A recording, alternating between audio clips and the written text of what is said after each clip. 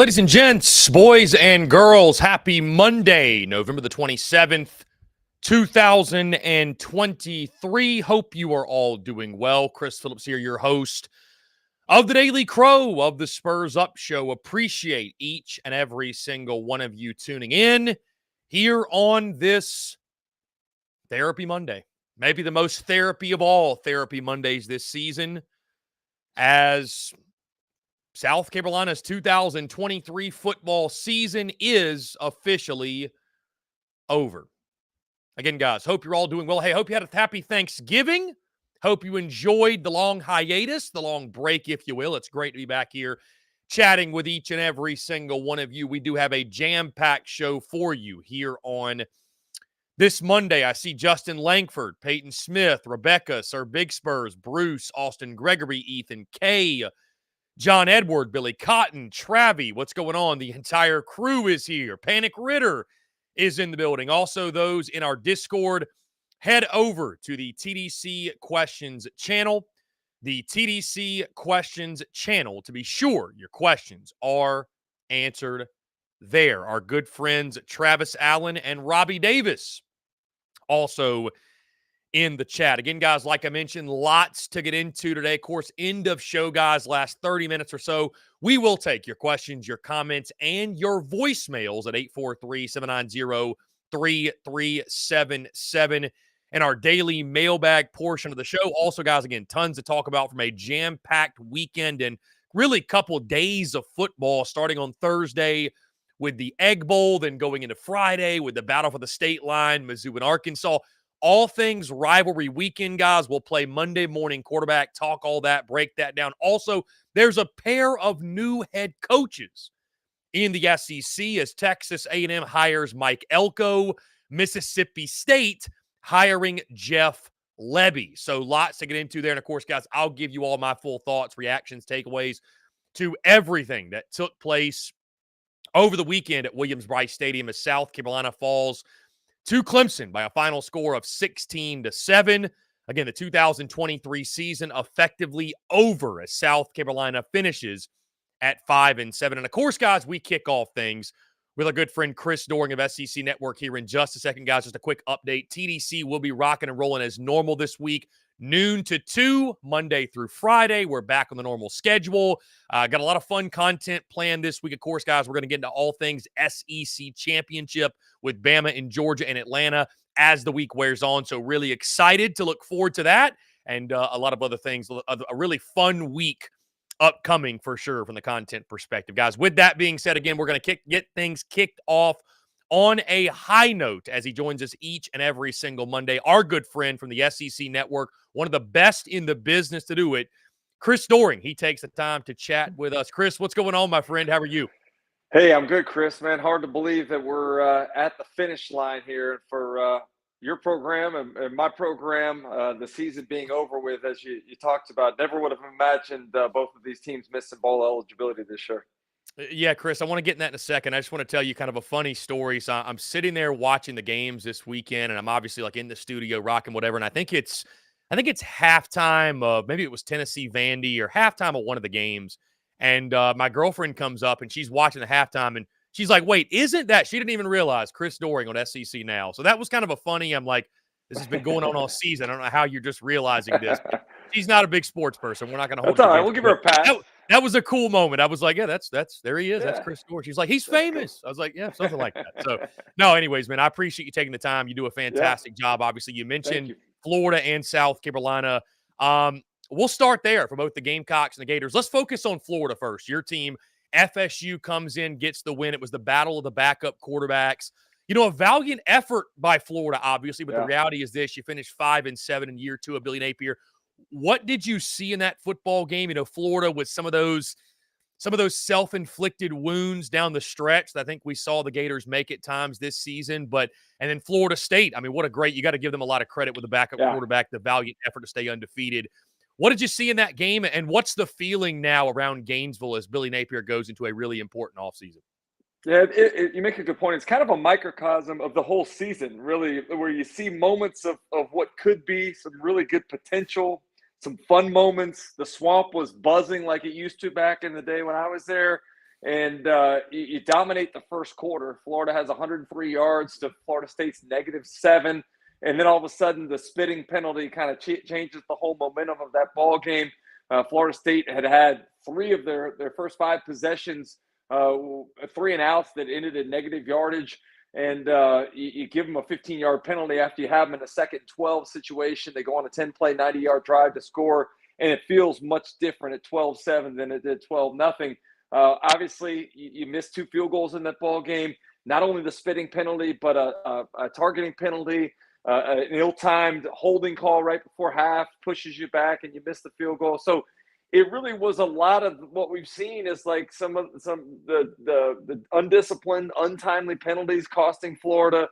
The offensive line was abysmal. Watching the game plan for Max Brown, one of the backup quarterbacks that you mentioned starting in this game. He shouldn't be throwing from the pocket anyway, but to have him drop back at the end, it felt like a little panic set in. And, they just couldn't block Florida State.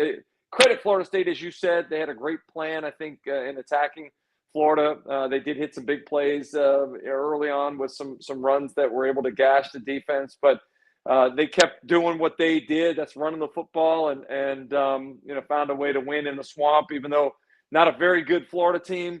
It's always a tough place to play. And for them to survive without Jordan Travis is a compliment, and now they turn their attention to Louisville heading to Charlotte this week. Now, Chris, to Columbia we go. South Carolina falls to Clemson 16-7, ends their season also at 5-7.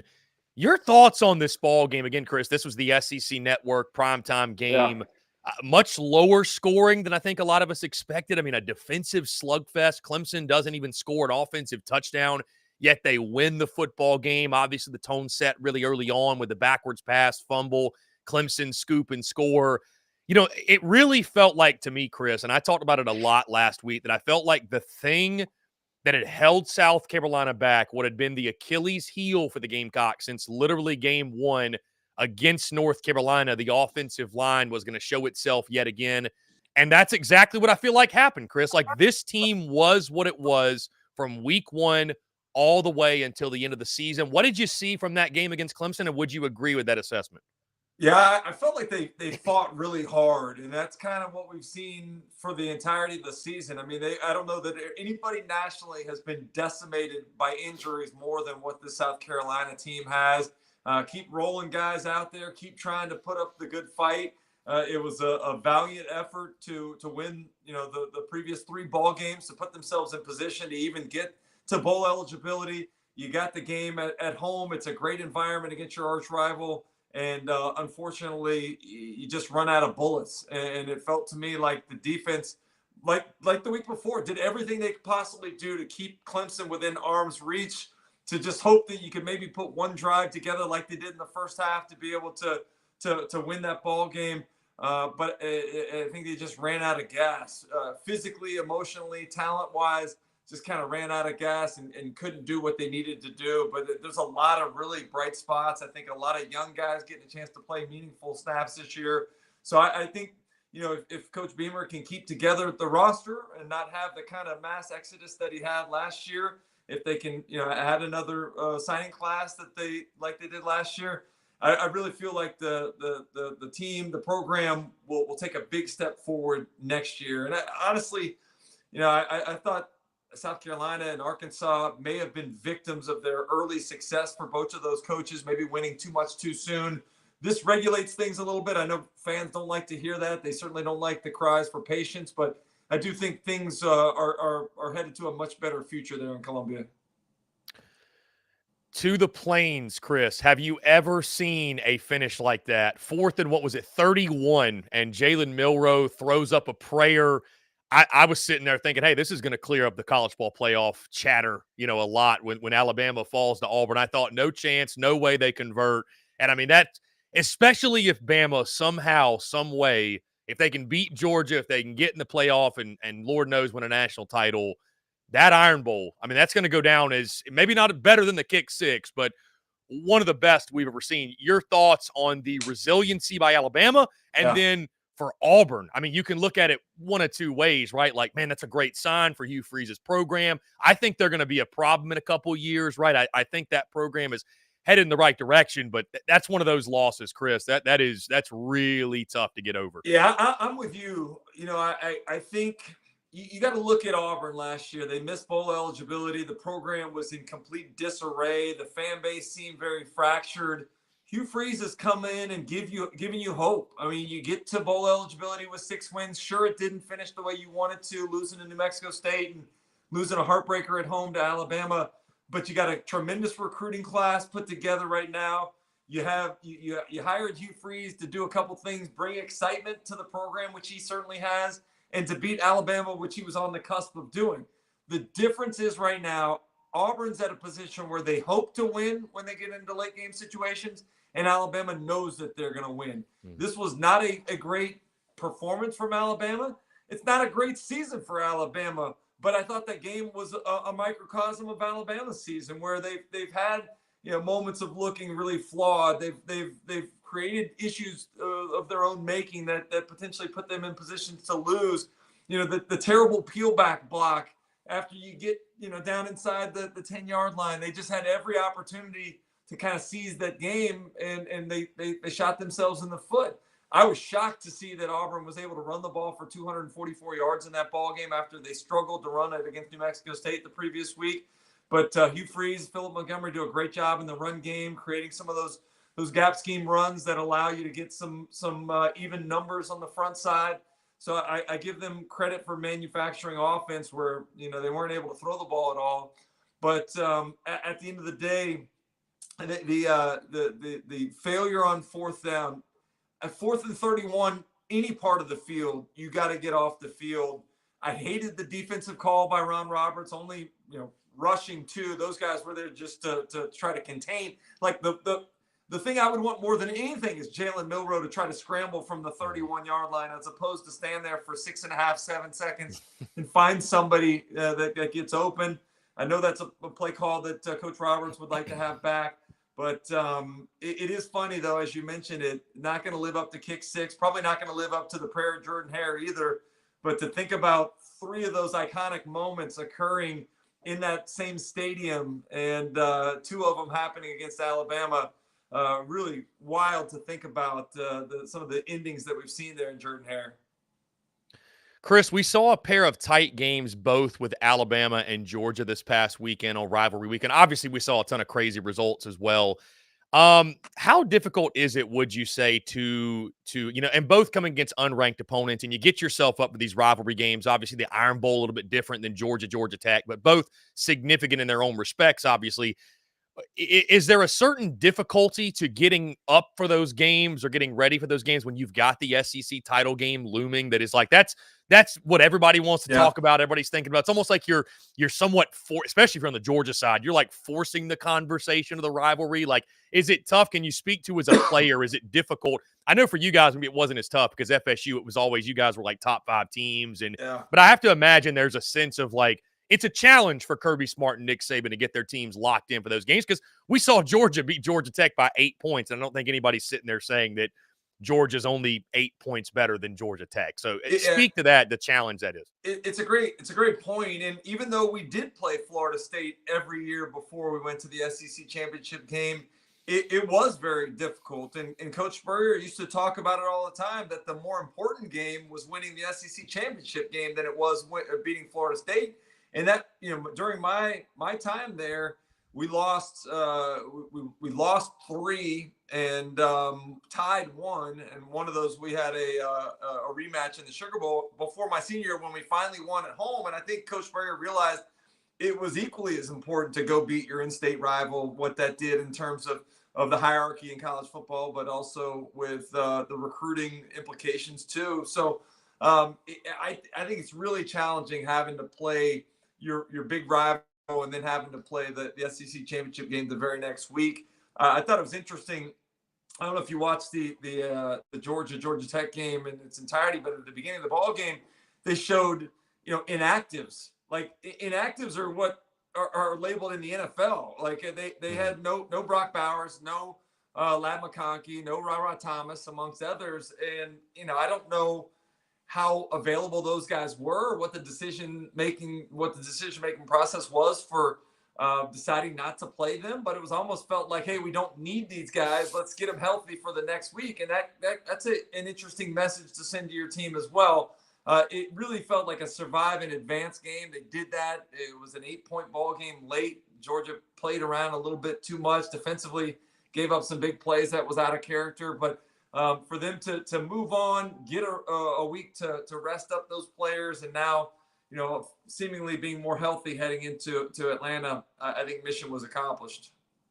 Chris, we'll stick with that. It is SEC championship week. Alabama and Georgia.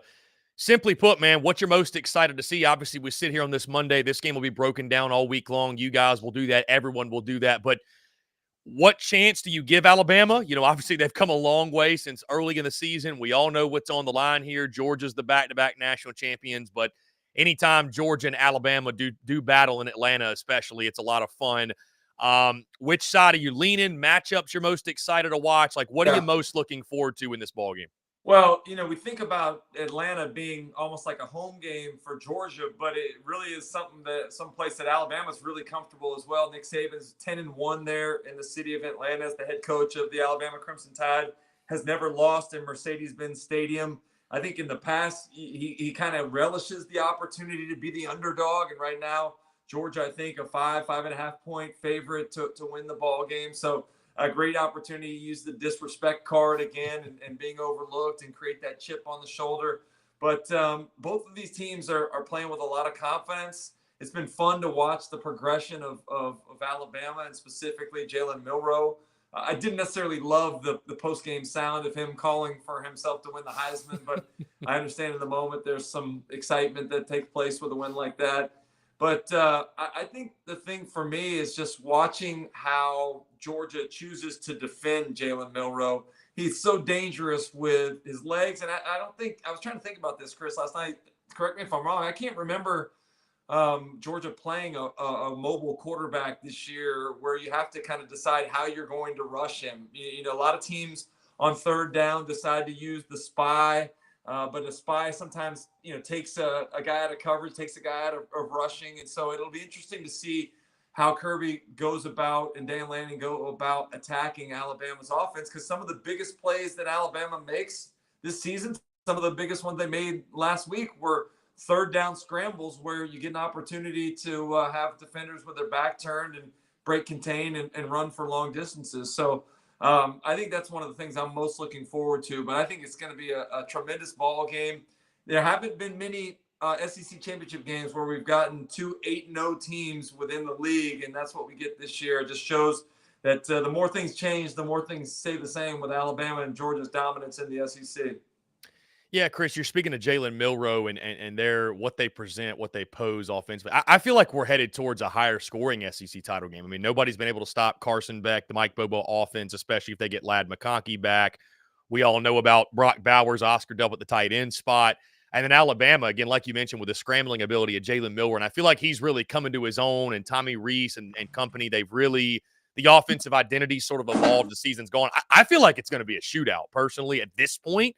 Now, again, you got 2 great defenses, 2 great What's the total? sevens. Have you seen the total on it yet? I think it's 54.5. So let's pump the over then, right? I'd probably go over there. That feels to me like an over. I think it's going to be like a 35-30 type of game. And again, this is way too early. I haven't made a pick or anything, but it just feels that way. The offenses have been so good all year. But granted, what's interesting, I think, Chris, is neither team has played a defense like the one each of them are going to face. So it's going to be great on great Saturday, and can't wait to watch it. Let's get into 2 new additions, Chris, in the SEC from the head coaching standpoint. We'll start on the Texas A&M side. The Aggies have officially hired Mike Elko, coming over from Duke as their next head coach. Of course, he spent time in College Station a couple years ago as their defensive coordinator.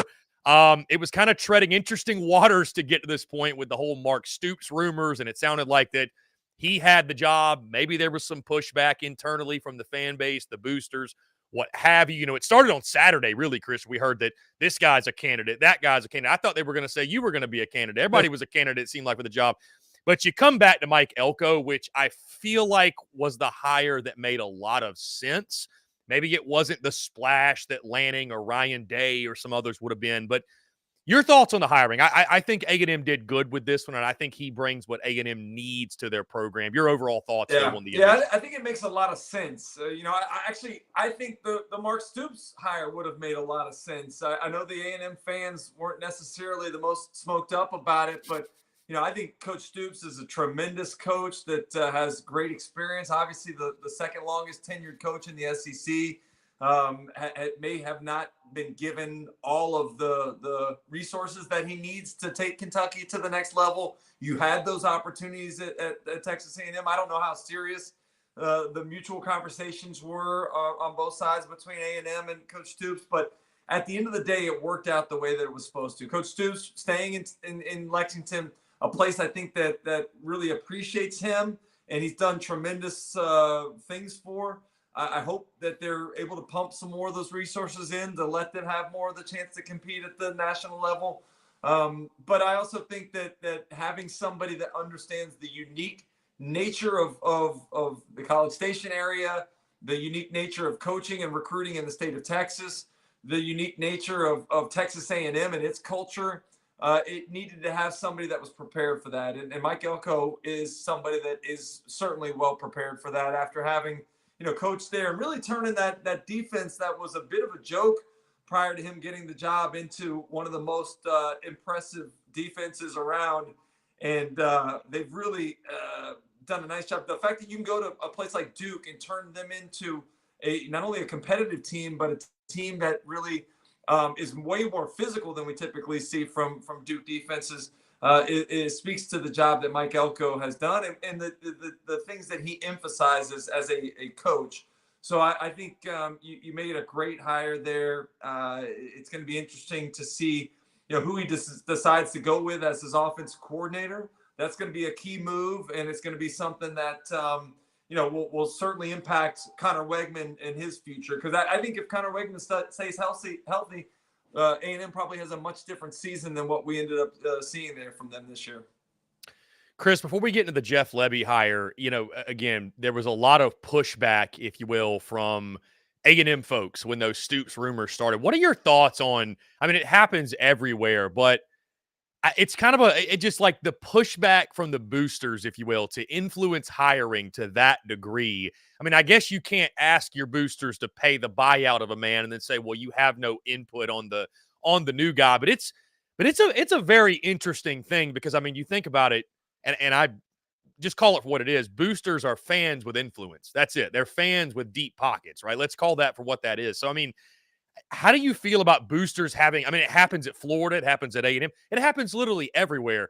Your thoughts on how involved they should be? Does it bother you or make you feel kind of squeamish when you see like you're making decisions based off of that type of pushback? Or it definitely bothers me. Look at my alma mater. The Jaden Rashada debacle last year was largely because of an over-involved, booster that decided he wanted to have a big what contest with another booster at another school. So it's like these guys, you have to be careful what you wish for as an administrator, because the more you go to these boosters, which they go to them over and over again, ask them for.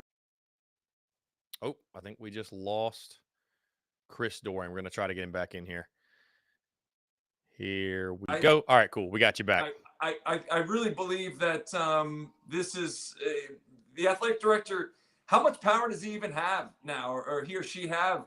You have to run stuff through the board of trustees. You have to run it by the president. Now all these big boosters are involved. Like being an athletic director at a Power 5 school, being an athletic director at an SEC school, certainly is it's a more of a lose-win proposition, because more times than not, you're not going to hire the right guy. You have to hire the right guy for your head football coach. You have to hire your right guy for head basketball coach.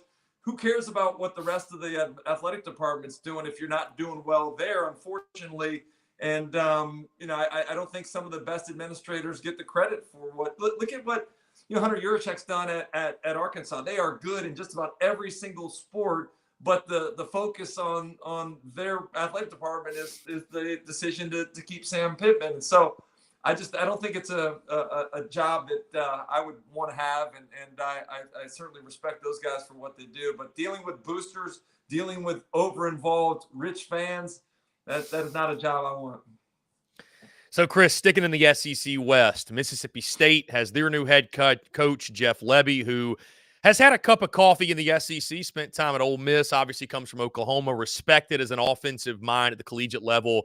Your thoughts on this hiring, his first ever head coaching job coming in the SEC? I love it. I love it. I love it for a couple different reasons. One, he was in the state of Mississippi, and just like I talked about needing to understand the dynamics in Texas, you need to understand Mississippi recruiting. I mean, that's I don't know if it's still true, but a couple years ago, it was the highest state per capita of players in the NFL. So it's a little more of a shallow pool, but there's a lot of talent there. Obviously, you're trying to catch up with Ole Miss, and Jeff Lebby understands the nuances of what's gone on there and building that program in Oxford. And I think you have to do things a little differently, right? I've talked about it before. You can't go out and do the same thing that Alabama and LSU and Georgia do and think you're going to beat them with less talented players, which is always going to be the case at a place like Mississippi State compared to those programs. So you do things a little differently with this offense. I'm excited about it. And most importantly, I think whether you win or lose, it's going to be entertaining brand of football. And he kind of mentioned that in his press conference that you're going to be proud of the product that you watch when you come to Davis Wade Stadiums on Saturday in the fall. Chris Doring of SEC Network does a fantastic job. Chris, one last thing, and I'll get you out of here. Obviously, the transfer portal opens up next Monday, December the 4th, and all madness, all hell will break loose for sure.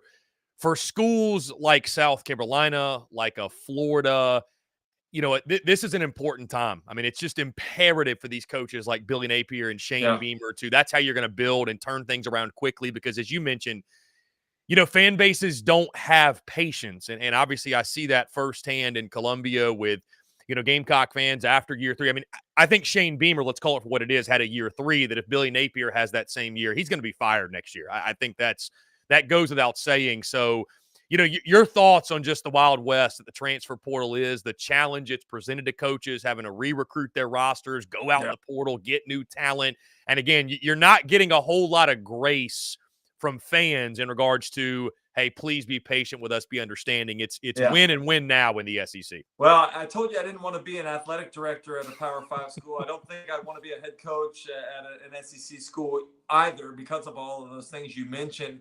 The transfer portal, it's a double-edged sword, right? South Carolina fans experience all of those players that went out. It was tough watching Jaheim Bell this season down at Florida State or Marshawn Lloyd out there at USC. Like it's an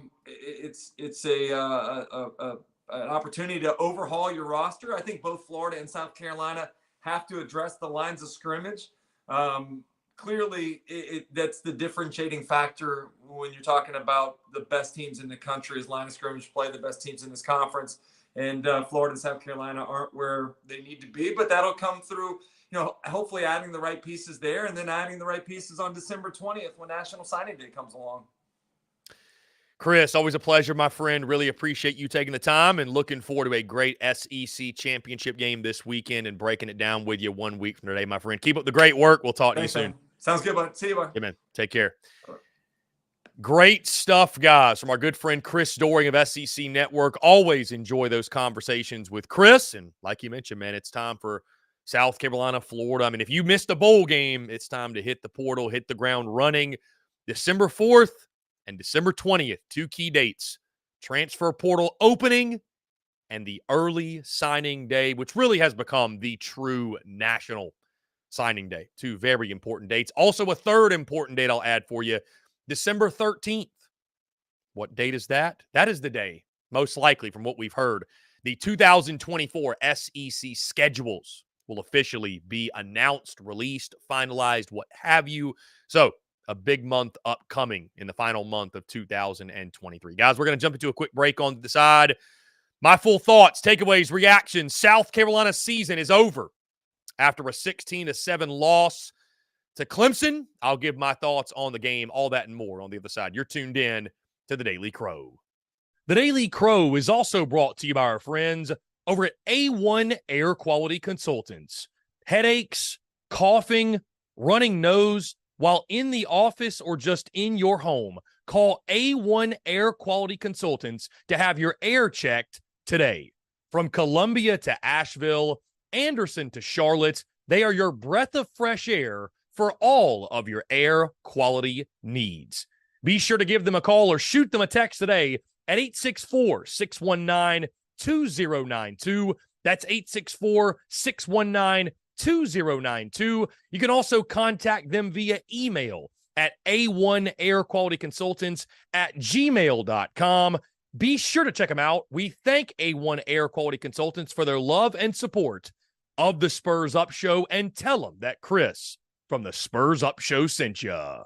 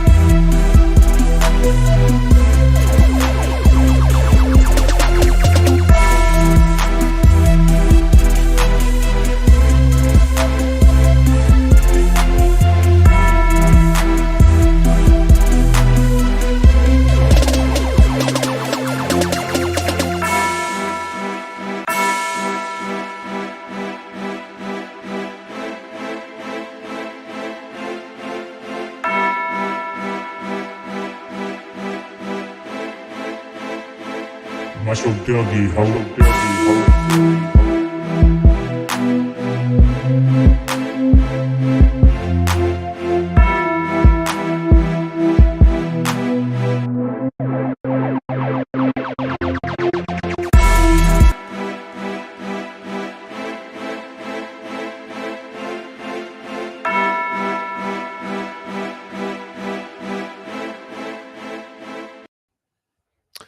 Ladies and gents, boys and girls, we are back here on this Monday, November the 27th, 2023. Appreciate each and every single one of you tuning in. I want to say thank you yet again to our good friend Chris Doring of SEC Network. Guys, I was just thinking over the break and over the weekend as well. Isn't it wild? I feel like the month of November just didn't even happen. It was just like that. I feel like last week we were talking about the Jacksonville State game, and we were back in Hilton Head throwing a watch party, and all of a sudden here we are. The 2023 football season is officially over for South Carolina, but guys, we're going to have tons of content this week. Obviously, today we're breaking down all things what happened over the weekend. Guys, tomorrow, because the season has concluded, we'll go ahead and dive into postseason report card. Look back on the year, of course, as we go throughout the week. We'll also talk about what South Carolina needs to do to address certain issues and address their problems, what top priorities are for Shane Beamer and company heading into the offseason. And so certainly going to be a busy week this week, guys. Of course, we're live all week long, noon to 2 p.m. Eastern, YouTube, Facebook, and X as well, guys. If you're checking us out on YouTube right now when you have not subscribed, be sure to hit that subscribe button. We drop daily video content each and every single day, guys. Also, hit that bell icon so you get notifications when we go live and we drop new video content as well. And, of course, guys, also, you can check us out via podcast version, iTunes, Spotify, Google Podcasts, wherever you get your podcasts. We drop daily pods there also. And, again, appreciate your love and support. I was getting questions over the break from our good friend Austin Gregory in the Big Cock Club Discord asking about is a post-conference championship call-in show out of the picture. That's not a bad idea. Honestly, that's not a bad idea. Have an immediate reaction to the SEC title. I am planning some fun content also, guys, to the SEC championship. We love to do the simulation stuff with NCAA. I think we're going to do that later this week. A bonus sim, because normally, right, we have bowl game simulations, and normally South Carolina, there's a bowl game simulation. There's not one this year. I think later this week we're going to do an SEC championship simulation. Alabama and Georgia will set it all up. Going to be a lot of fun. I'll be sure to make you guys aware of when that is going to happen. But in the meantime, guys, we are talking South Carolina, Clemson. Gamecocks fall to the Tigers 16-7 as the 2023 season officially comes to an end. And let me start off, guys, by saying this. And I'm speaking objectively when I say this for both South Carolina and Clemson fans. I think both fan bases can agree on this. There was a lot of hype and buzz, at least locally in the state, going in the game, as there always is, right? South Carolina, Clemson, it needs no extra hype added. It's one of the best rivalries in all of college football and all of college sports, for that matter. With that being said, objectively speaking, that was one of the most boring and unentertaining Palmetto Bowls in history. Certainly one of the most boring and unentertaining that I have ever witnessed. South Carolina with 1 offensive touchdown. Clemson with 0 offensive touchdowns. A punt fest, back and forth, back and forth. A game that set offensive football back 100 years. I think both sides can agree. That stunned me, how porous of a game that was, to the point where you got to the third and fourth quarter and you're just like, the emotion had almost run out because there was not even hardly a drip of excitement in that game. It was truly the battle of 2 mediocre football teams in 2023, and somebody had to win. So I was stunned by that. I was stunned how unenergetic a rivalry game could feel. Like, honestly, it was a weird feeling. And again, I think objectively that's something both sides. Clemson won the game. They have all the bragging rights. True, for sure. But I think both sides can look at each other and go, man, what a shit show football was in the Palmetto State this year. Now, on that note, guys, you look at the game. I mean, disappointing doesn't begin to describe it. You know, going into it last week, guys, I thought the Clemson had the advantage in the trenches. I caught a lot of flack, obviously, for picking Clemson to win. But, you know, what we saw on Saturday, guys, was sort of what I expected from the standpoint of South Carolina struggling, especially on the offensive side of the football to get any sort of push. And, guys, I look at that game. That game was a microcosm. That game was a representation of the Achilles heel of the 2023 season, which was the offensive line. From literally the opening snap in Charlotte all the way until the final whistle against Clemson, there is nothing that held this football team back more than the offensive line. Were there bright spots? Sure, here and there. Not many, but some. You had youngsters like Trovon Bowe and Big Tree Babalade and Jatavius Shivers and some others step up and play good football and show signs of promise for the future. You had a guy like Nick Gargiulo that I think became a leader of the offensive line. Granted, he had his problems, but became a leader nonetheless, coming over from Yale to SEC football. But outside of that, guys, when you look back on 2023, the Clemson game was simply a microcosm of the issues that plagued this football team and specifically this offense all season. They were the Achilles heel that this season never got off the ground because of their struggles. 9 sacks in the season opener against UNC, and then you look at what happened against Clemson. South Carolina's offensive struggles pointing directly back to the struggles up front. I mean, just an abysmal showing. What was it, 189 total yards? Here we go. I've got the stats up now. I had the wrong game pulled up, believe it or not. South Carolina, let's see. Offensively in this game, 169 yards in the ball game. 112 yards through the air. And guys, just 57 on the ground, 2.4 yards per carry. But guys, that's who South Carolina was this year. That's who the offensive line was. And I guess that is really disappointing to think about. That, you know, we talked about coming in this season that, you know, one of the things you know about South Carolina coach teams or Shane Beamer coach teams in Columbia, they're going to get better as the season goes. And sure, South Carolina was able to beat Jacksonville State, Vanderbilt, and even Kentucky late in season. But at the end of the day, they could not overcome the deficiencies that haunted them from the very beginning. And that is ultra disappointing. That is ultimately disappointing.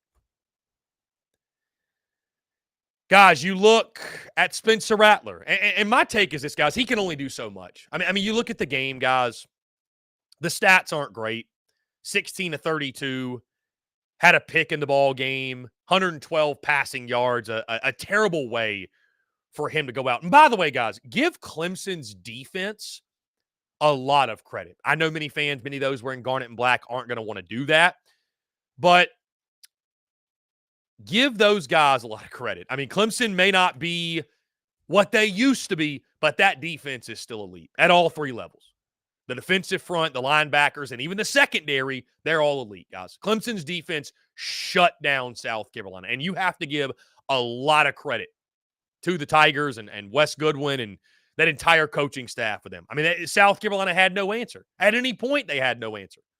Clemson's physicality, their athleticism, their talent in the front seven, that was the biggest difference in this ball game. And Spencer Rattler, again, had no answer. But again, another microcosm of the season where you're asking him to do so much and to be Superman. And he was Superman last year up at Memorial Stadium. He was Superman for South Carolina.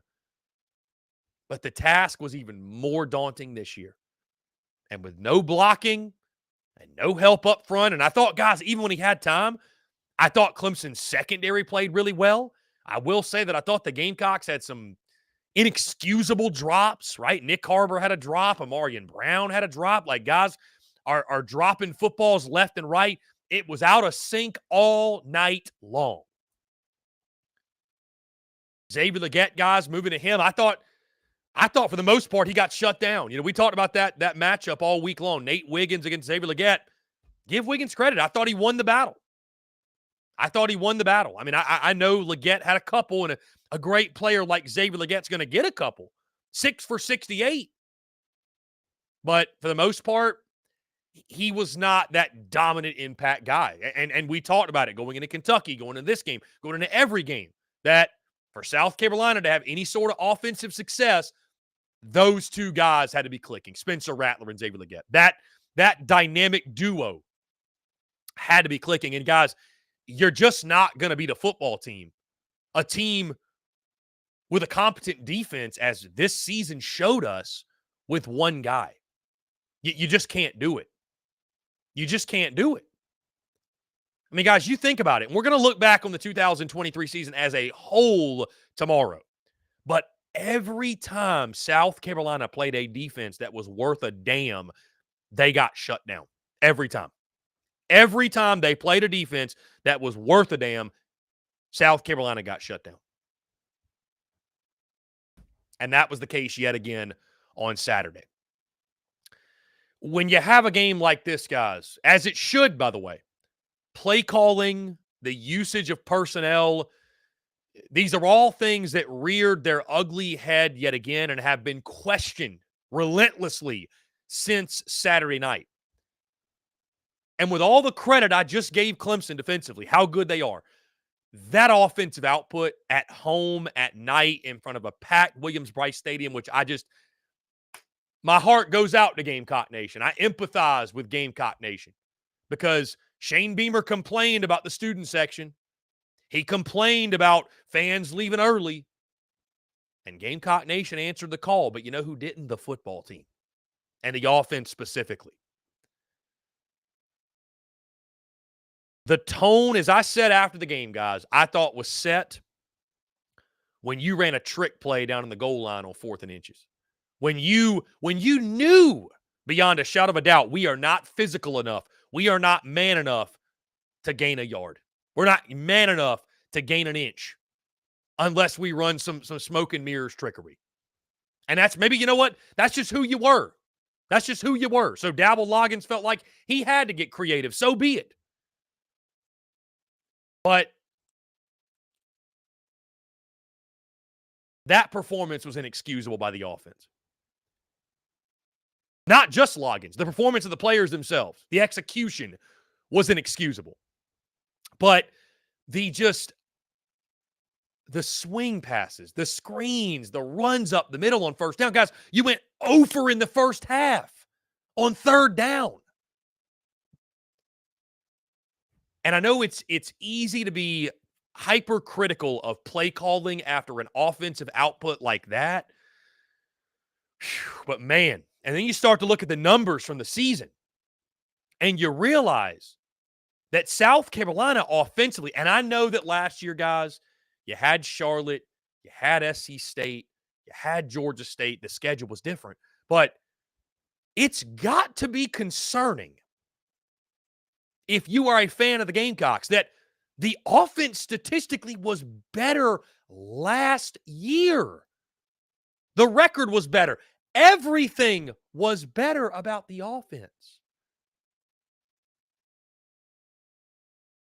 I am not sitting here saying fire Dabble Loggins, but what I am telling you is this: the jury's still out. I don't think it's for certain. Dabble Loggins, the only thing I'm confident in saying right now, right? And this was a hiring that I was very critical of. I got blasted by Gamecock Nation for my takes on it, and look where we sit now. I mentioned over the summer, guys, that I felt like, you know what? Fans are going to realize Dabble Loggins was an upgrade from Marcus Satterfield. But not even Steve Spurrier could scheme around that offensive line and what he had to work with. That being said, though, I think the jury's still out. When you close out the season with that type of performance, when you field the type of performances that you had throughout the season, where anytime you played a defense worth a damn, you got shut down. I mean, guys, you talk about personnel. Was Nicholas Harbor really developed this year? Did he come on strong end of year? It was like, there's the talent that, you know, you're featuring Luke Doty as one of your top options on the offensive side. All due respect to the kid. I mean, you question personnel. You question the play calling. Just an inexcusable performance offensively. I don't care who you're playing. You give Clemson all their credit on defense, but I mean, a disgusting performance. Now, who it wasn't a disgusting performance by, and my goodness, they deserve so much credit, the South Carolina defense. Hell of an effort. Did everything they could to keep South Carolina in that football game. And by the way, let me go back to this with the offense because I've seen some of these comments. Guys, I wish I could come on these airwaves and tell you, man, South Carolina got housed, man. That was a forward pass, man. That scoop and score, that was BS. ACC refs this, ACC refs that. Guys, the officiating was suspect in that ball game. There is no question. But that was a backwards pass. 110% as somebody who was watching it on TV, who saw every replay they showed, that was 100% a backwards pass. I'm sorry to tell you. And again, that also set the tone of the comedy of errors we witnessed for the 3 hours plus or so after that play took place. Anyways, back to the defensive side. Clayton White, his entire coaching staff, guys, I know the question is going to be, what should South Carolina do with Clayton White? We can have that conversation tomorrow. We look back on the rest of the season. But in this single game sample size, hell of a job by Clayton White's unit, truly. I thought the defensive front actually made major strides this year in regards to stopping the run. It was not like years past where, you know, it felt like South Carolina was getting gashed. Granted, I say that, and Clemson ran for 219 yards, but they couldn't do much else. You gave up 319 yards overall. This game, guys, admittedly, the score wasn't nearly as lopsided, but didn't this game feel a lot like that 30-0 game in 2021? Did it feel like that? It just, where it was just a sloppy slugfest. Clemson's quarterback wasn't all that great, but they just kind of grinded away. Guys, Clemson did not take a snap in South Carolina's red zone until the final drive of that ball game, where they needed out inside the 20. Like, think about how crazy that is, right? But 219 rushing yards for the Tigers. You know, Phil Maffa, 19 for 89. Will Shipley, 15 for 80. I think a lot of those guys obviously came, later in that ball game when Clemson's getting those chunk yards where, South Carolina's defense is worn out, done all they could. But I thought the defense, guys, I mean, listen, if you'd have told me before that game South Carolina holds Clemson to 16 points, I'd have told you they win the ball game. I would have told you they win the ball game. Instead, the offense can't do anything for you. And, back to the offense, guys, because I feel like so much of the chatter today is about the offense because of their shortcomings. The adjustments or lack thereof by Dabble Loggins and by the offensive staff, pitiful. Just pitiful. I mean, guys, you had, what was it? For a while, you had like 2 yards after the first quarter until you finally got in the fourth quarter and got something going. But like, the lack of adjustments by Dabble Loggins and company, and I know you're handcuffed by the offensive line. I know you're handcuffed by injuries. That's a whole separate thing that South Carolina has to look at. But, man, I mean, it was pathetic. It was pathetic. And we've seen it throughout the year, the lack of adjustments on the offensive side against good defenses. Again, back to the defense, guys. The 3-3-5, I think that needs to be something that stays. So, questioning about Clayton White's future, is he willing to embrace and keep the 3-3-5? I think that'll answer the question. But, I thought South Carolina took advantage of a Clemson offense that, has not been great this year. Cade Klubnik has not been great for Clemson this year. And, I thought that Klubnik was able to make some plays with his legs. Obviously, you knew it was going to be a tough task stopping Phil Maffa, Will Shipley. But, I mean, the defense, guys, it's nothing but complimentary, right? Nicky Manwari makes another big play. Second week in a row, he makes a big interception. I mean, guys made plays on the defensive side. I mean, give credit. This defense was so bad about a month ago, right? We were talking about this defense and how they just couldn't stop anybody 4 straight games, giving up 30-plus points. And The game, the irony, I guess, of things turning to where the offense was scoring points, the defense was the problem, and it's like you get one plug fixed and something else breaks. South Carolina starts to stop people on defense, but the offense can't score, and it's just one thing after another. But tip of the cap to South Carolina's defense for hanging in there, giving the Gamecocks a chance. And, again, it wasn't really till that last drive or so that Clemson was able to get the running game really going, and they did all they could. I mean, they did all they could in that ball game for South Carolina. I spoke on irony, guys, as we sit nearly a year later to 31-30, South Carolina's win over Clemson, and the role that special teams played in that ball game. The irony was not lost on me that a large reason why Clemson won that game on Saturday night was special teams. They won the special teams facet of the game, especially when you think about, guys, that Clemson, I mean, they had struggled all year long kicking field goals. And all of a sudden, Clemson's kicker just has the game of his life and nails all 3 of his field goal attempts, including a 50-yarder. This dude accounted for 10 of the 16 points. Clemson's only points without that defensive scoop and score. And you think about what this year has been, guys, and Kai Kroger punted 8 times. Clemson's punter punted 6. I mean, it was a slugfest, to say the very least. It's everything that could go wrong this season did go wrong. And that includes special teams. And the irony that a year later, after South Carolina used the elite punting of Kai Kroger and turnovers on special teams, a year after the Gamecocks leaned on Beamer ball so heavily to win so many games, including the one at Memorial Stadium this time last year, the fact Clemson won the special teams facet, and that was a large part of the reason why they won the ball game, it's nothing short of ironic. And irony can be very cruel, and it is most definitely cruel in this scenario because Clemson's special teams had been lackluster, especially their field goal kicking, to say the least, and all of a sudden Jonathan Weitz has the game of his life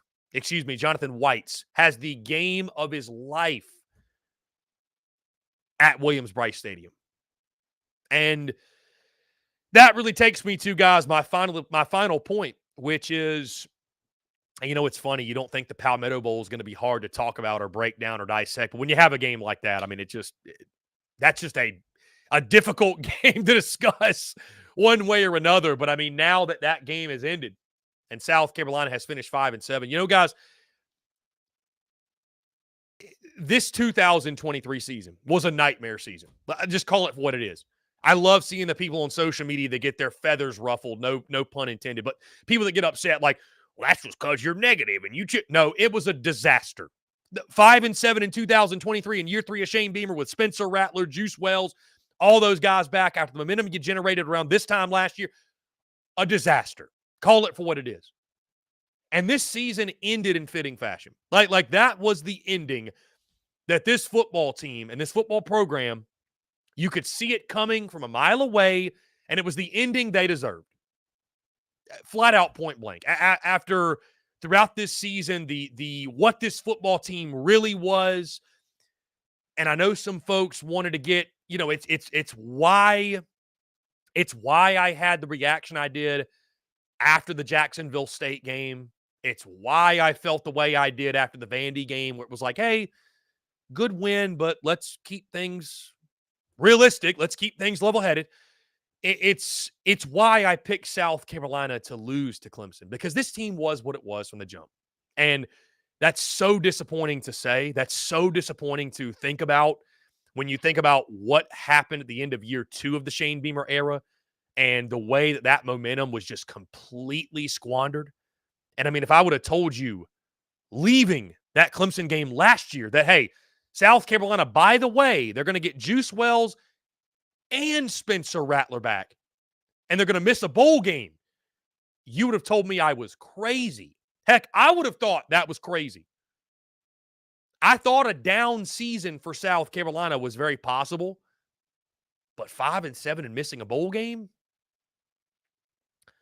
I'm not even sure I had that on my bingo card, truly. So, what now? The question is, what now? Where does South Carolina go from here? And we're going to have some very real conversations this week. We're going to have some very honest conversations this week. And they're probably going to hurt people's feelings. We've already started on social media. I love how I can just pose a single question and folks unravel at the seams and all hell breaks loose. But the bigger issue is that South Carolina just finished their season 5-7. Just lost to Clemson on their home field yet again, which, guys, I tell you, this is another one that's going to probably hurt your feelings. South Carolina fans really need, and I think we did a good job of this, by the way. The reason I celebrated so hard last year, smoked the cigars, had such a good time, is because, guys, realistically, South Carolina beating Clemson over the long history of this rivalry has become nothing but a one-off. I know the 5 games in a row happened, but outside of that, guys, it's a rarity. Normally, South Carolina is winning one game to Clemson's every 3 or 4. And that hurts, but that's the reality of the rivalry, man. That's just where it is. And God, it's worse in Columbia. Clemson owns they own that rivalry in Columbia for whatever reason it is. And so I think Gamecock fans, you'd be well served to really relish and celebrate those wins over Clemson when they come, because it doesn't feel like they come often. Just not as often as most folks would like. You can basically account on you're going to get 3 to 4 wins over Clemson every decade, and that's in a good decade. So celebrate those victories when they happen, because and it's unfortunate where it felt like this time last year, South Carolina was, had at least made up ground on Clemson in the rivalry, right? And now a year later, fast forward to what just happened, you look at the two programs, even in a down season, Dabo's worst team in over a decade, that's the result. And that's what's ultra disappointing. That's what's ultra disappointing. So what now for South Carolina? Again, guys, we'll talk about it a lot more this week, but the 2023 season was nothing short of a failure. And Saturday's 16-7 loss to the arch rival was a fitting end and truly a microcosm of the issues that plagued this football team from start to finish. Guys, we're going to jump into a quick break. On the other side, there's 2 new head coaches in the SEC West, Mike Elko and Jeff Lebby. I'll give my full thoughts on those hirings. We'll grade the hirings as well at both Texas A&M and Mississippi State. All that and more, guys, on the other side of this break. You're tuned in to The Daily Crow. The Daily Crow is also brought to you by our friends over at A1 Air Quality Consultants. Headaches, coughing, running nose while in the office or just in your home, call A1 Air Quality Consultants to have your air checked today. From Columbia to Asheville, Anderson to Charlotte, they are your breath of fresh air for all of your air quality needs. Be sure to give them a call or shoot them a text today at 864-619-2092. That's 864-619-2092. You can also contact them via email at a1airqualityconsultants@gmail.com. Be sure to check them out. We thank A1 Air Quality Consultants for their love and support of the Spurs Up Show, and tell them that Chris from the Spurs Up Show sent ya.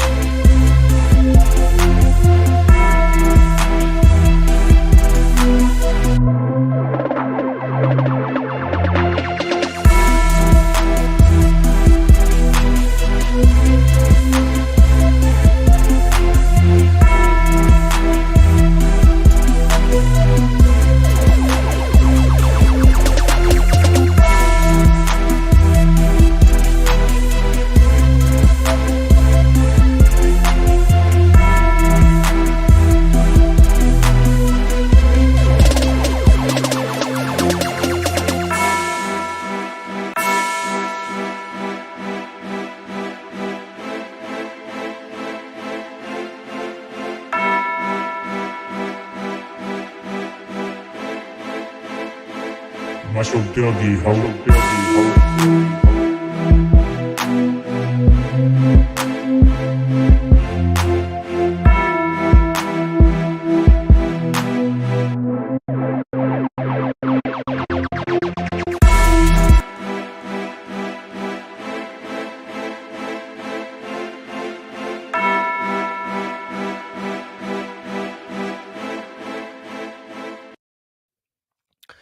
Ladies and gents, boys and girls, we are back here on this Monday, November the 27th, 2023. Appreciate each and every single one of you tuning in.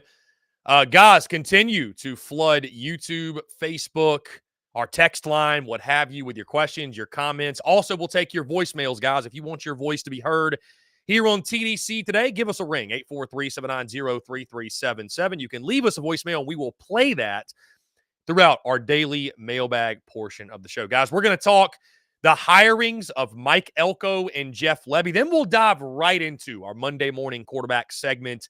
We'll go into a break, and then we will get into the daily mailbag stuff. So again, guys, thank you all so much for your continued love and support. With that being said, guys, there's a pair of new head coaches in the SEC West.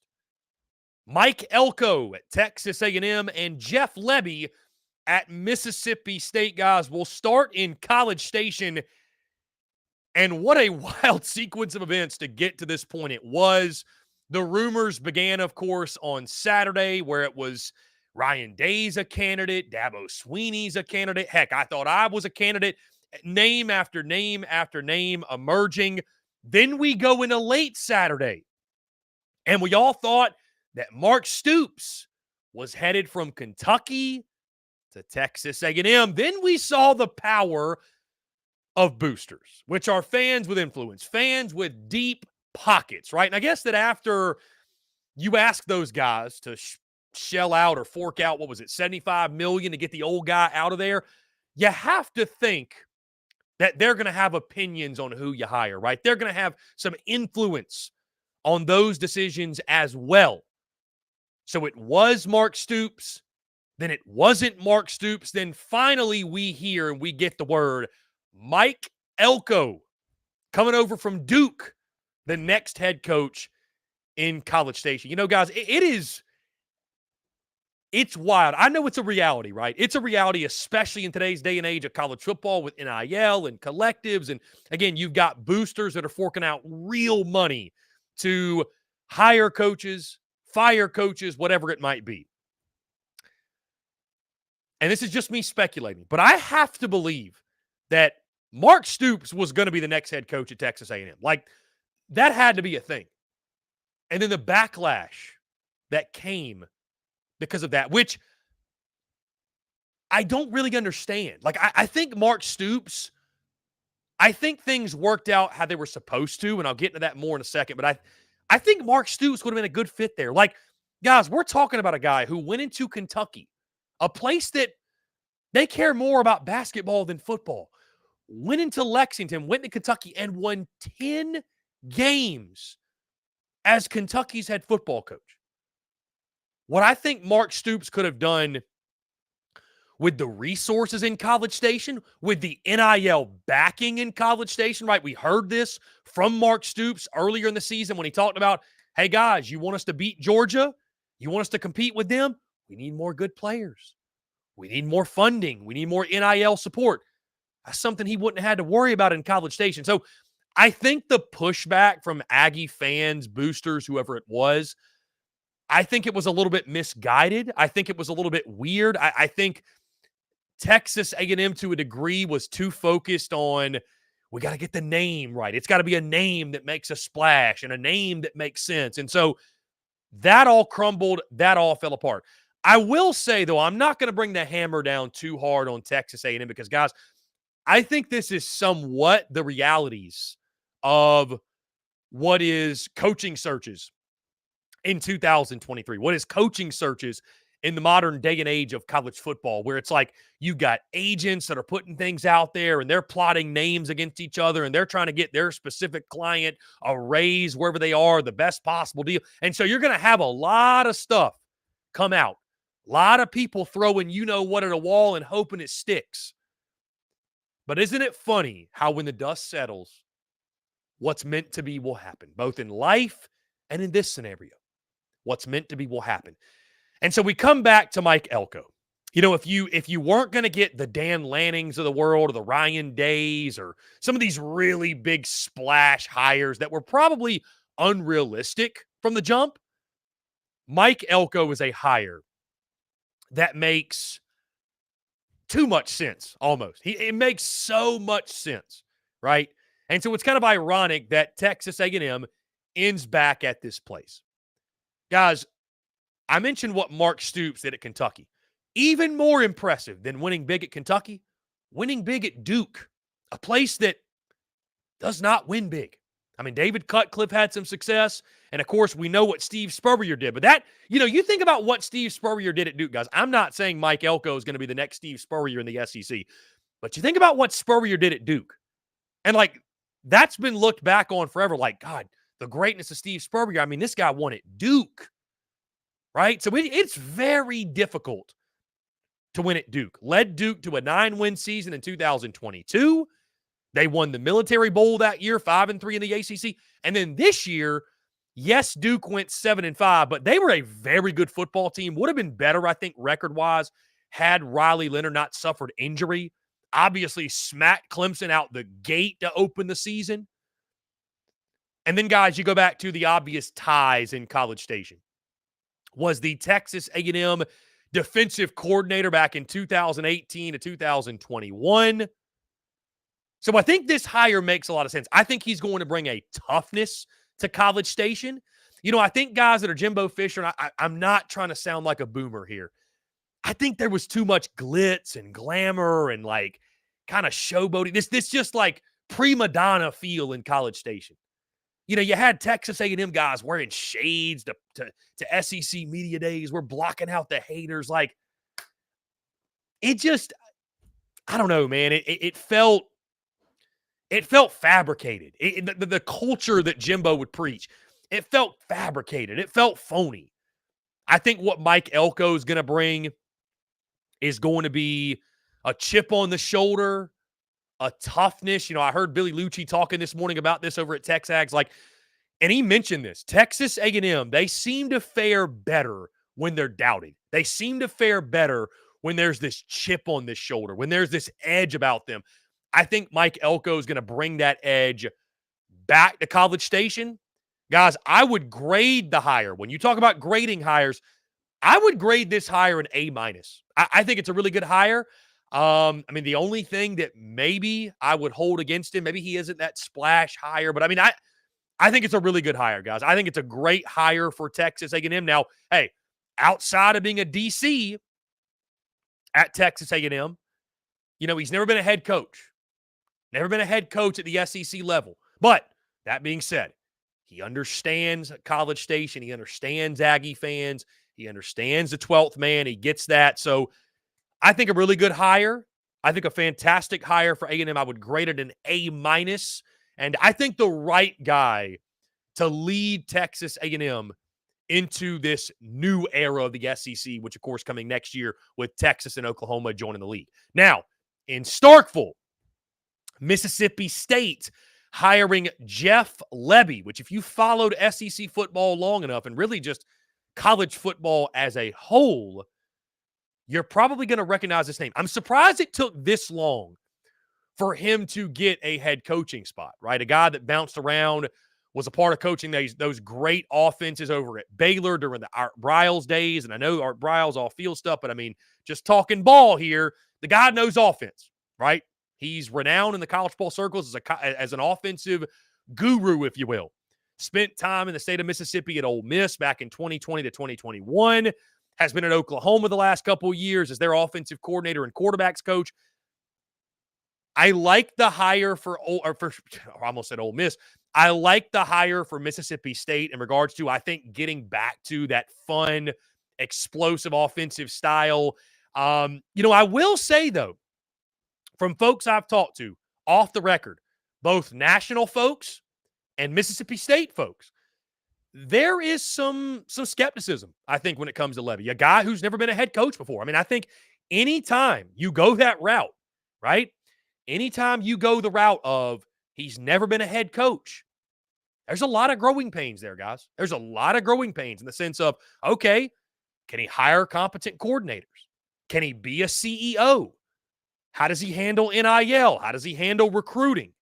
Especially at a place like Mississippi State where the challenge is so great. I think this is a hire similar to what South Carolina is going through right now from the standpoint of this is a hire where, I like the roll of the dice. I do. But a school like South Carolina, a school like Mississippi State, you figure out, okay, is rolling the dice the best way to operate? Or is this a job where you have to go get a guy that is a proven head coach, more of a proven commodity to win at the level the fan base wants to get to? What type of job is this? So, I think Lebby obviously brings that offensive prowess with him. I think that's great for State, right? They got to get back to explosiveness on offense, scoring points. You feel like the defense is always going to be there, but what was going on with Zach Arnett was not working. And I've talked about that already, guys. I think he was put in a really, really difficult situation. But I would grade this hire for Mississippi State. I'd grade it at a C+. I like Lebby from the offensive standpoint. I just have a lot of questions about, okay, never been a head coach before. Never been a head coach before at a job that is really, really, really difficult. And this grade could actually go up, guys, in my mind, if he hires elite coordinators, right? Goes out and gets some big-time names, or surrounds himself with an elite staff. But I think a good out-of-the-box hire, roll the dice, a guy in Jeff Lebby that he was going to get a head coaching job at some point. So good on Mississippi State for snagging him up. And, we'll see. It's a really difficult, it's a tall task in Starkville. But I think a guy in Lebby that can bring in a fun, creative, explosive offense, that's where you have to start. That's where you have to start because, of course, guys, as we know, the game is won and lost on the offensive side of the football. So for Mike Elko at A&M, I go A-. Jeff Lebby in Starkville, I go C+. Going to be really interesting to see how their two careers play out at each of their respective schools. Guys, that being said, let's go ahead and keep things rolling. We're going to play a game I like to call Monday Morning Quarterback, my full week 13 reactions, the final week of the regular season. Crazy how time flies. Rivalry weekend, guys, did not disappoint. And it started way back on Thursday, Thanksgiving night. We'll dive into it, guys, starting with that game. Ole Miss taking down Mississippi State by a final score of 17-7 a game. The only thing I'm mad about here is that I took Ole Miss minus 11. The spread was at minus 9.5 at one point. So, goes to show you got to get in when the number's good. If you don't, you're going to pay for it. Either way, though, nice win for Ole Miss. I mean, give Mississippi State defensively, guys. I thought there was a lot of fight there. Give them credit. Jackson Dart, 14 for 26, 96 yards. Just 96 yards. Had a touchdown pass on the night. Will Rogers, who is now into the transfer portal, certainly one of the hot targets out in the portal, 25 of 39 in his final game in a Bulldogs uniform, 207, no touchdowns, no picks. The running game was the big thing for Ole Miss that separated itself. Quinshon Judkins, 28 for 119. But how about Ole Miss, man? And Lane Kiffin. And I think Rebel fans really, truly need to take a moment to appreciate what Lane Kiffin's doing right now. Like, do not let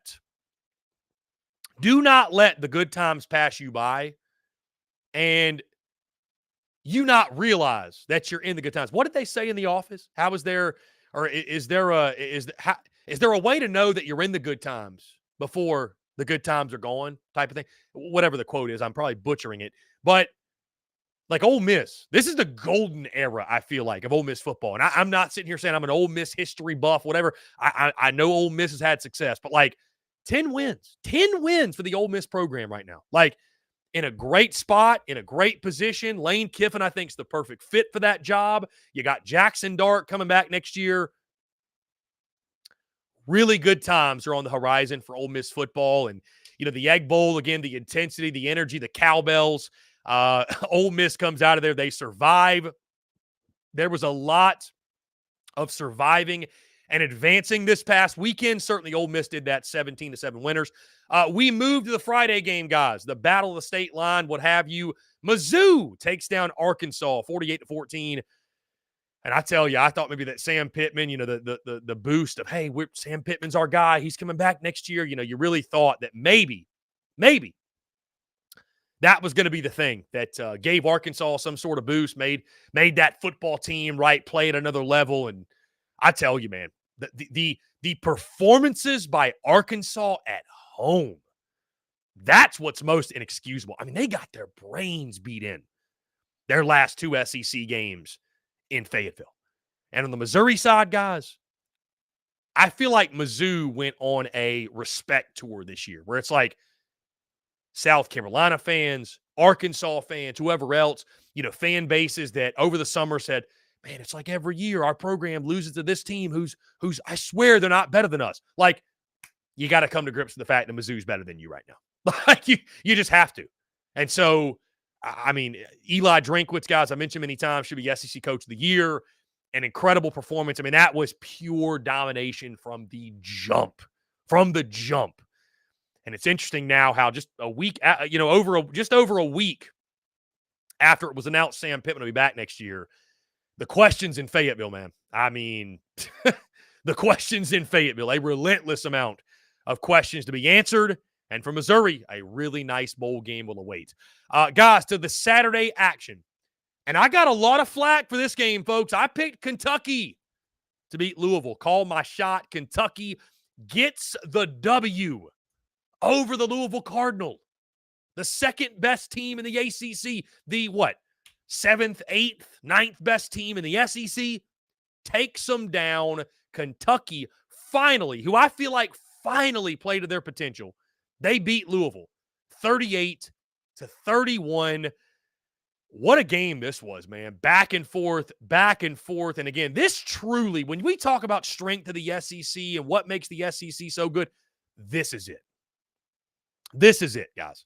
The depth of the conference is just unlike anything you're going to see anywhere else. Devin Leary was good in this game, 12-22, 206, 3 touchdowns, a pick, though, in the game. Ray Davis, phenomenal, guys. 14 for 76, had a touchdown. He took over that game late. The receiving core of Kentucky doing some nice things. How about Ray Davis in the receiving game as well, guys? He really, truly was the MVP of this game. 4 for 51 and 2 touchdowns. And again, a huge boost after a disappointing season, right? After a disappointing season, Kentucky getting their 7th win, going 7-5. And listen, I know it wasn't the season that Cats fans want, but when you think about, hey, what's our ceiling? What's our floor? The fact that you had an abysmal season and went 7-5 could be much worse. Look down the road in Columbia, right? So, really good win by Kentucky. And again, guys, I just felt like at some point Kentucky was going to pop. They did that and arguably the most important game for them, taking down the Louisville Cardinal. Moving into Baton Rouge, LSU. They escaped that porous defense one last time. 42-30. The Tigers get the win. Nice job again. Jaden Daniels solidifying his Heisman stance and his Heisman status, and he absolutely should be hoisting the trophy. Give credit to Texas A&M for fighting down the stretch, man. I mean, a season in which was lost. Jimbo Fisher gets fired, of course, and I thought they gave LSU everything they wanted and then some, but LSU overcame that bad defense one more time. Brian Kelly's got some really interesting decisions upcoming. Will be interesting to see what direction LSU goes. Do they go after Zach Arnett, somebody else at their DC? But when you got a quarterback like Jaden Daniels, receivers like Brian Thomas Jr. and Malik Neighbors, and a running back like Logan Diggs, and that offensive line they've got, you're in a good spot. So LSU getting their 9th win of the season in that ball game. To the Plains we go, guys. The Iron Bowl. It just never fails to disappoint, man. Where does this Iron Bowl rank? It's got to be one of the best. I mean, it's one of the best Iron Bowls, guys, we have seen in recent memory for sure. It's right up there with the Kick Six. I know our good friend Chris Marler was going crazy. I mean, that play on 4th and 31, like 2nd and 26, it'll be talked about. Hey, remember 4th and 31? Remember 4th and 31 in the Iron Bowl? And I mean, it's the play call to rush to. Guys, I heard this from somebody one time and it stuck with me.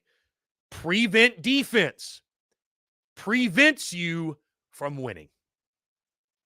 And that's what you saw, man. You give Jalen Milroe all day long. Like, in theory, it sounds good. All right, we're going to rush to, everybody else go to the end zone. In theory, it sounds good. But when you give a quarterback 6 or 7 seconds, right? 6 or 7 seconds to scan the field, give a receiver an opportunity to make a play, the great athletes at Alabama to kind of at least get in a one-on-one scenario or get some space. That's going to be a play call defensively that haunts that Auburn coaching staff for a long, long time. On the positive, Auburn going toe-to-toe with Bama. It's going to be sooner rather than later that Hugh Freeze has Auburn as a serious force in the SEC. And on the Bama side, guys, hey, survive in advance, man. Survive in advance. I mean, you take them where you can get them. I was sitting there fully ready. I was like, you know what? Because at first I was like, all right, this is setting up for heartbreak. Auburn is 100% getting their hearts broken. Then you have the snap, the errant snap, and Alabama is still able to overcome it.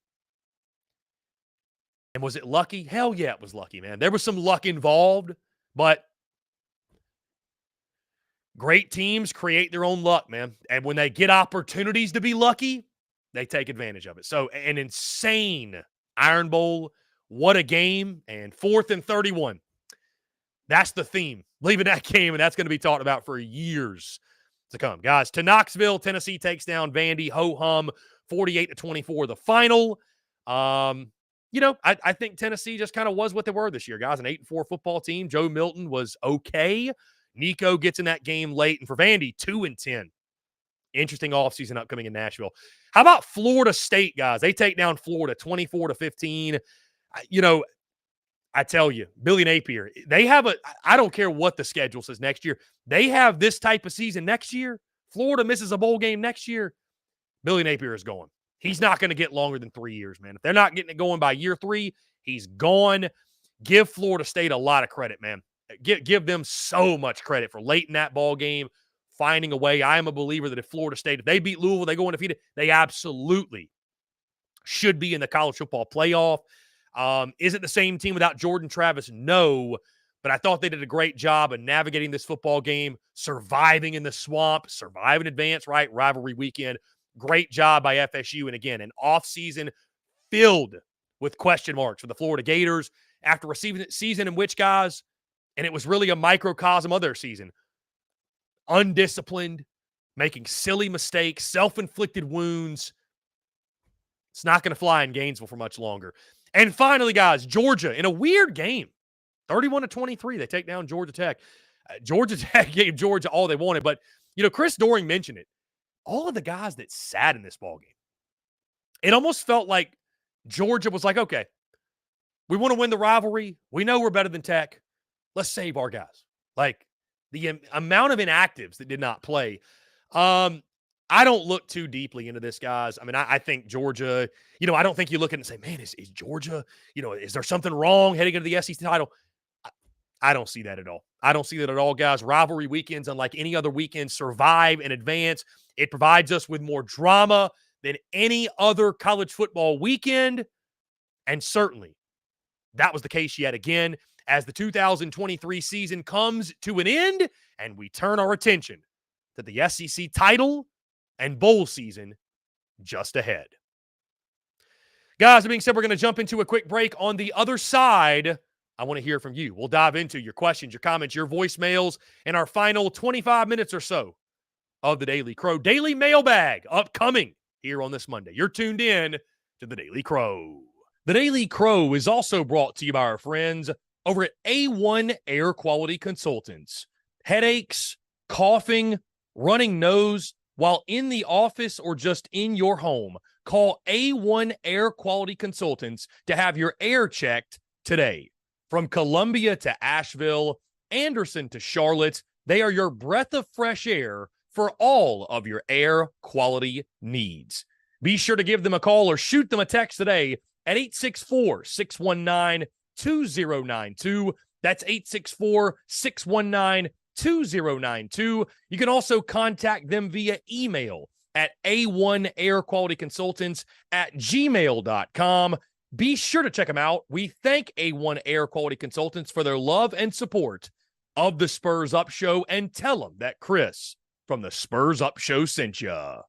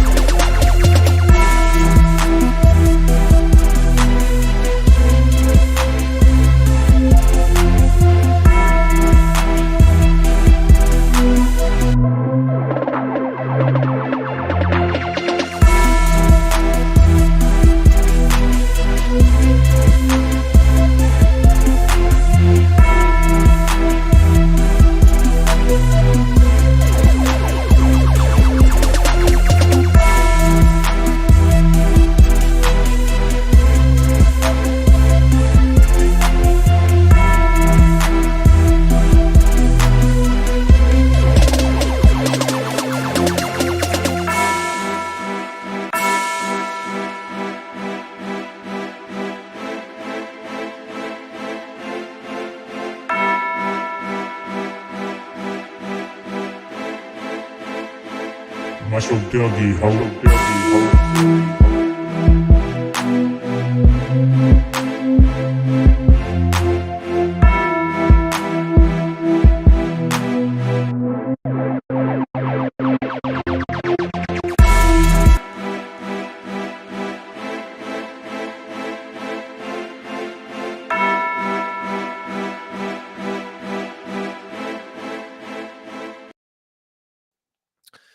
Ladies and gents, boys and girls, we are back here on this Monday, November the 27th, 2023. Appreciate each and every single one of you tuning in. With that being said, The daily mailbag segment is officially live. We're taking your questions, your comments, and your voicemails at 843-790-3377. That's 843-790-3377. Guys, you can also text that number if you'd like.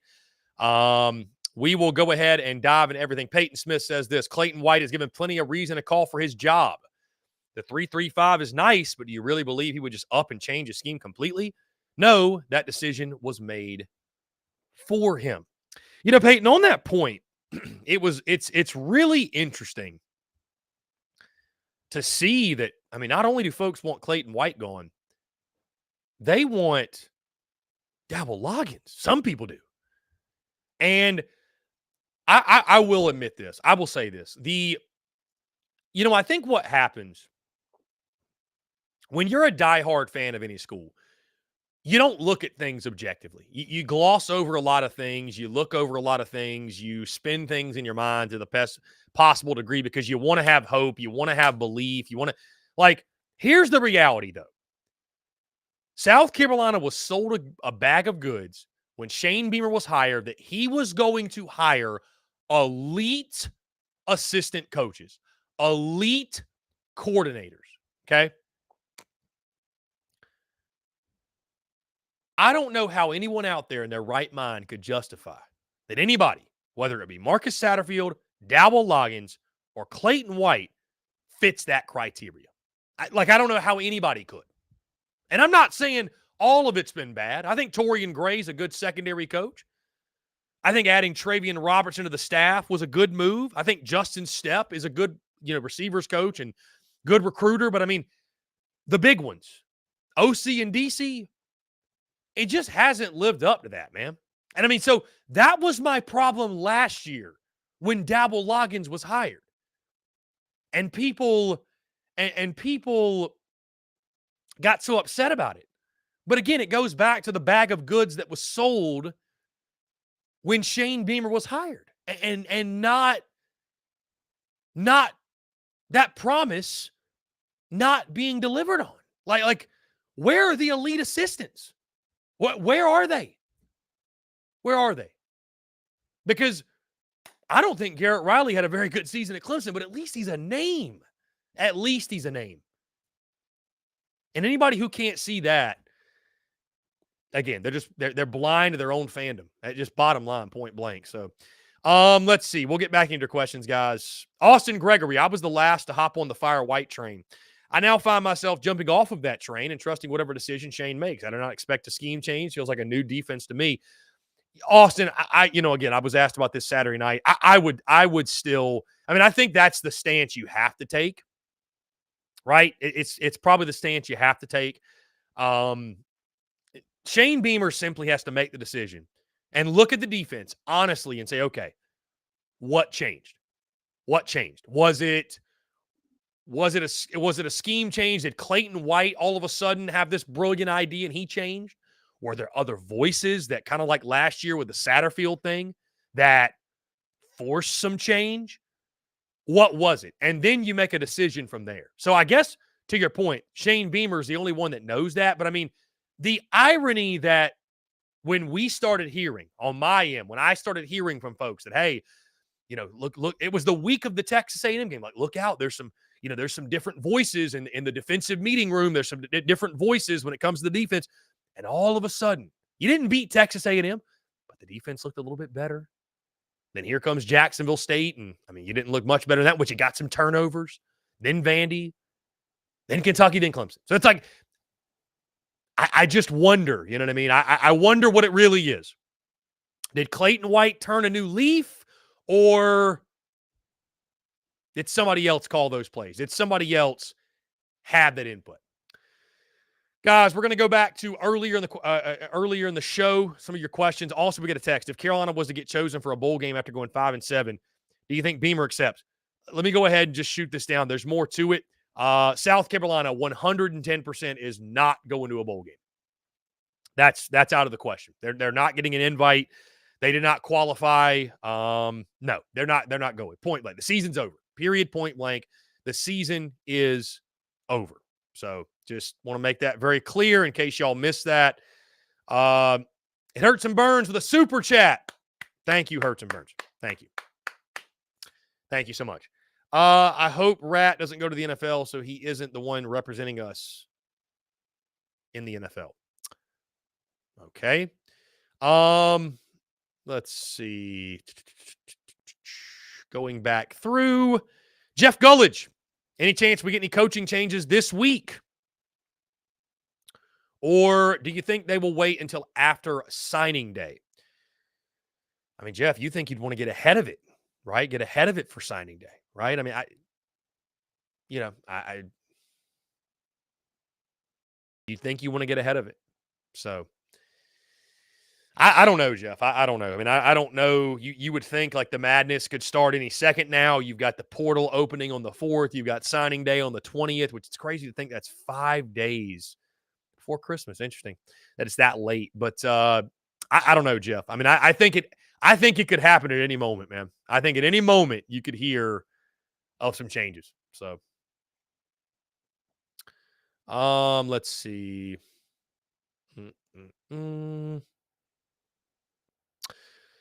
Ghostasm. I like Shane Beamer, but I'd rather see wins than tears and being emotional after South Carolina fails to finish 500. Beamer's an emotional guy, man. Beamer's an emotional guy. We saw that all year long. Yeah, so Beamer is indeed an emotional guy. We saw it all year. So Austin Gregory says backwards pass for sure. Nobody in the stadium disagreed when the replay was being shown.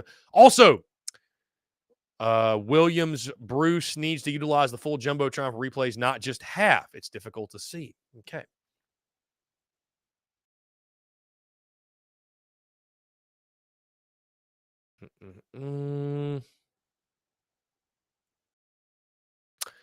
Ghost says, we have the talent. It simply needs to be given a real chance to succeed, especially when our DC is being paid a top 15 to 20 DC salary in all of college football. Yeah. Big Wash says, Chris, what adjustments can you make when the protection isn't there? I mean, it's a good point, Big Wash, but man, game 13. I mean, you'd really think, Big Wash, game 13. Jonathan Lee, hey, Chris, any position you think we need to attack in the portal? Anyone you think we could get with that help? With Duke and Mississippi State, maybe we can get an O-line or running back. I mean, I think, and I want to go back to, I think, to echo off what you're saying, Jonathan Lee, our friend Austin Gregory posted a question that I missed. Where is it at? Where is this question? Here we go. He said, who are your top 5 priorities when it comes to retaining them and keeping them out of the portal this offseason? So it sort of echoes this point. Top 5 priorities when it comes to retaining. Keep it. So top 5 guys you got to keep out of the portal. I mean, I would say the most. So Austin, basically what you're asking, who are the 5 most important Gamecocks going into next season? Juice Wells, number 1. Nick Emanwari, Nick Harbor. And I'm not saying these guys could enter. I'm just saying that, like, these are the guys you could not have enter and survive. Juice Wells, Nick Emanwari, Nick Harbor. Outside of that, I mean, is there anybody that's not expendable? Well, I can't say any offensive lineman because there's some that I don't think would be all that mad if they enter the portal.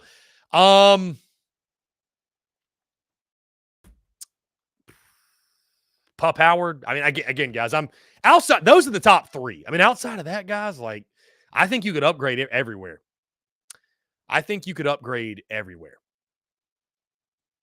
So, Coach Ford, did we burn Braswell's redshirt year as reported by the Greenville News? If so, it's a colossal mismanagement by Lord Beamer.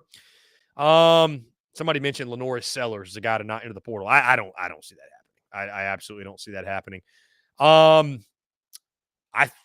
mean, he had 4 games to play, Coach Ford. If he played in 5, then yes, they burned the red shirt. So that's I'm not exactly sure. I'd have to check on that, but if they reported it, then I think there's a good chance it probably happened. Peyton Smith says Clayton White's given plenty of reason to call for his job. I think we actually already read that. My bad. Let's see. Let's get back into your questions. Bird says if Sellers transfers, we're left with Doty. Yeah. Peyton Smith, I try to be as objective as I can be, but at the end of the day, if you beat Florida and showed signs of improvement offensively, these questions wouldn't be asked. I mean, Peyton, if you would have beaten Florida, let me just say this, Peyton. Even if you beat Florida, the season's still a massive disappointment. Like 6-6 and 5-7. I mean, one, you're going to a bowl game. That's the biggest thing. That's the biggest gut punch, is that the season's over. Like, that's it. You don't have a bowl game. You don't have 15 practices. You don't have an opportunity to see Lenora Sellers. Like, that Florida game, that was the one.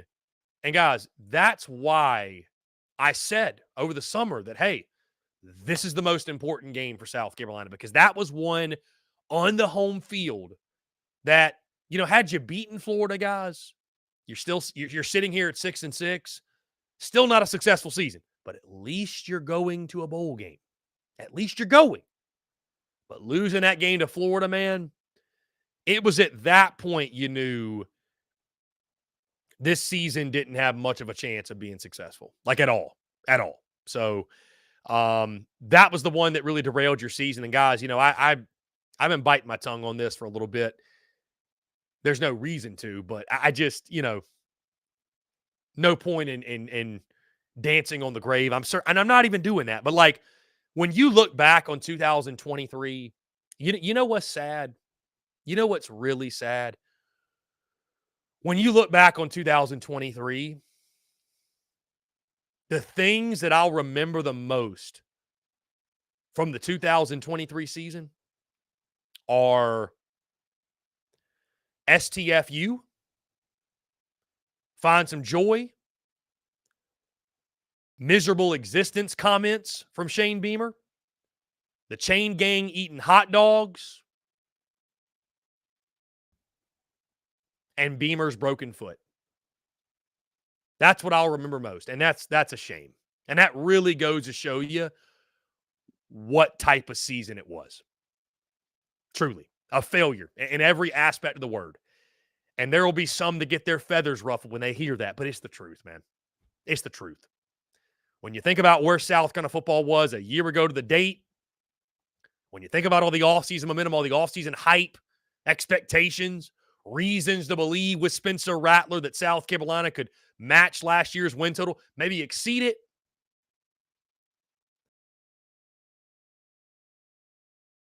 It was a failure across the board. And no, John Edward, I'm not taking shots at Shane Beamer. So you can pump that narrative somewhere else. But John Edward, I'm just telling you exactly what happened this year. I'm recalling. I'm not taking a shot at all. Did those things not happen? They did. And that's what I remember the season for. I mean, those things were a representation of how off the rails the season went. Those things are a representation of how much of a shit show the season was.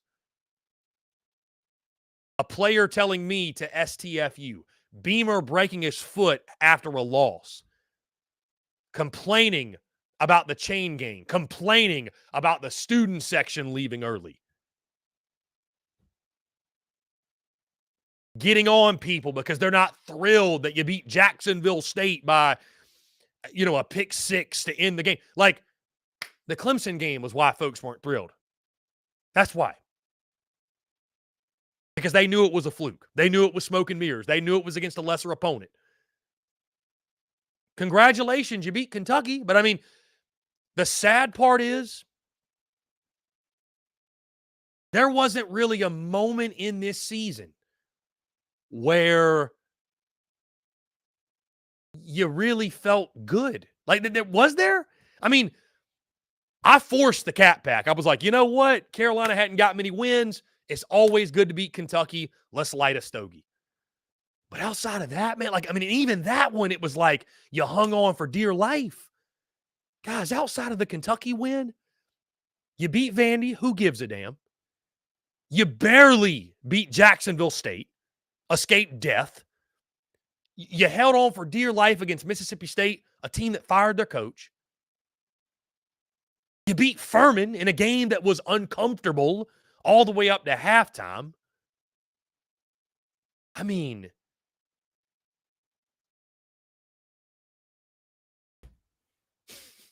that's just, you know, it's so funny to me when people say that you're this, you're that, you're negative, you're toxic, guys, the team went 5-7 What positive is there to spin?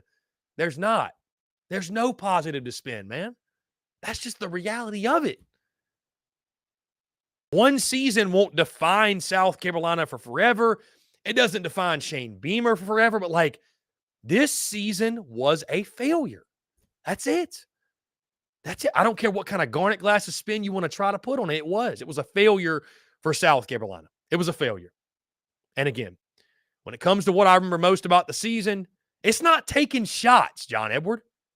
If you don't want me to, quote unquote, take shots or recall events that happened, that's all I'm doing is recalling events that happened. Then don't have those. Don't do those things. Don't make those events. I really, truly, guys, again, we'll talk about this more throughout the week. I mentioned this after last year. I've mentioned this a lot over the Beamer era. And Gamecock fans, you don't want to hear it, but you need to hear it. I genuinely hope that Shane Beamer, this offseason, because he's got a lot of time, right? He's got a lot of time this offseason because no bowl game. Coach Beamer, I know you're probably hearing the sound of my voice. It's all love. I say this out of love. Take a moment to learn how to deal with the media, how to deal with your fan base, how to control your emotions, and be the leader that the program needs. Because firing off like a loose cannon at every turn, being an emotional roller coaster, it's not the play, man. It's just not. I know diehard fans love it because they say, my coach cares as much as I do. But if the requirement was to have a coach that loved the school the most, well, one of you would be the head coach. But that's not the requirement. A leader must be a stoic in times of turmoil and success. There cannot be up and down. There cannot be volatility. You must be able to steady the ship, calm the waters when both good and bad is taking place. Because you know better as a leader that there's going to be good times, there's going to be not so good times. We got to weather both. Shane Beamer he has not mastered that. He does not know how to do that.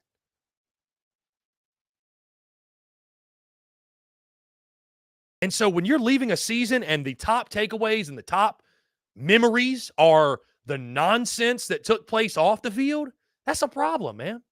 That is a problem. And maybe it doesn't matter to Gamecock fans, but I tell you what, guys, you don't make a lot of friends in the process. I mean, I think Shane Beamer this year absolutely hurt his image. No question. I think Shane Beamer undoubtedly hurt his image as a head coach.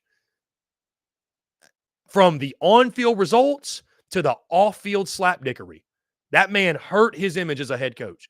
It's not going to define him. One season, one bad season doesn't define you. We might be talking in 3, 4, 5 years of Shane Beamer leading the Gamecocks to the SEC championship or the 12-team playoff. But the 2023 season wasn't a great look for Shane Beamer. That's just the reality, man. That's the reality.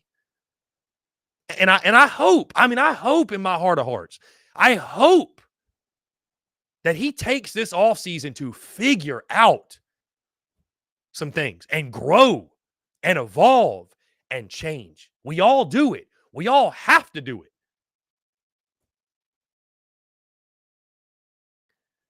Because this season wasn't it, man, at every turn. On field, off field, what have you. So there's a lot that needs to be fixed. And you know what? I mean, again, I know that the diehards out there will be all upset and pissy and all that. But again, if it was about hiring a fan, we'd hire John Edward to coach the damn team. If it was about being a snarky, snappy fan, we'd hire John Edward to be the head coach. I mean, honestly, I mean, it's not about being the best fan and having the most love, man. It's about winning football games and being a leader. That's it. It's about being a leader, man. It's not about finding some joy. It's about finding a way to win games. That's it. I believe, and listen, let me be very, very clear. Let me be very clear. I still believe in Shane Beamer that he is the guy for South Carolina.